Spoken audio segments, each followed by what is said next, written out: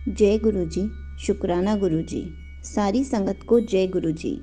ओम नमः शिवाय। शिव जी सदा सहाय। ओम नमः शिवाय। गुरु जी सदा सहाय। शिव पुराण प्रथम खंड श्री रुद्र संहिता का 5वां अध्याय। नारद जी का शिव तीर्थों में भ्रमण व ब्रह्मा जी से प्रश्न।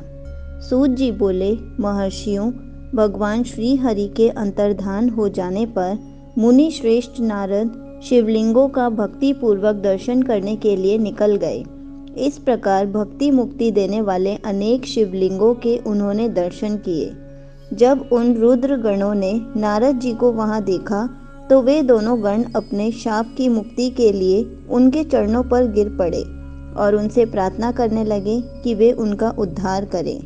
नारद मुने, हम आपके अपराधी हैं। राजकुमारी श्रीमती के स्वयंवर में आपका मन माया से मोहित था। उस समय भगवान शिव की प्रेरणा से आपने हमें शाप दे दिया था।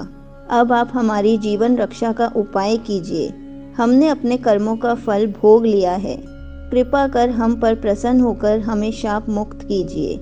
नारद जी ने कहा, हे रुद्रगणों, आप महादेव के गण हैं एवं सभी के लिए आदरणीय हैं। उस समय भगवान शिव की इच्छा से मेरी बुद्धि भ्रष्ट हो गई थी, इसलिए मोहवश मैंने आपको शाप दे दिया था।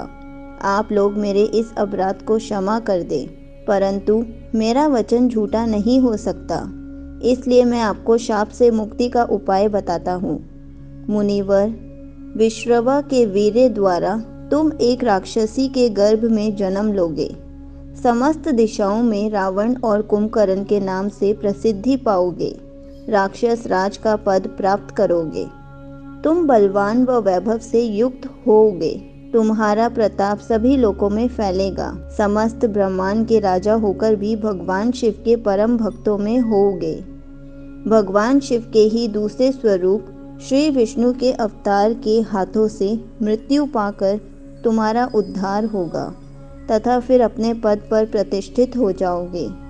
सूत जी कहने लगे कि इस प्रकार नारद जी का कथन सुनकर वे दोनों रुद्रगण प्रसन्न होते हुए वहां से चले गए और नारद जी भी आनंद से सराबोर हो मन ही मन शिव जी का ध्यान करते हुए शिव तीर्थों का दर्शन करने लगे। इसी प्रकार भ्रमण करते करते वे शिव की प्रिय नगरी काशीपुर में पहुँचे और काशीनाथ का दर्शन कर उनकी पूजा उपासना की। श्री नारद जी शिव जी की भक्ति में डूबे उनका स्मरण करते हुए ब्रह्मलोक को चले गए।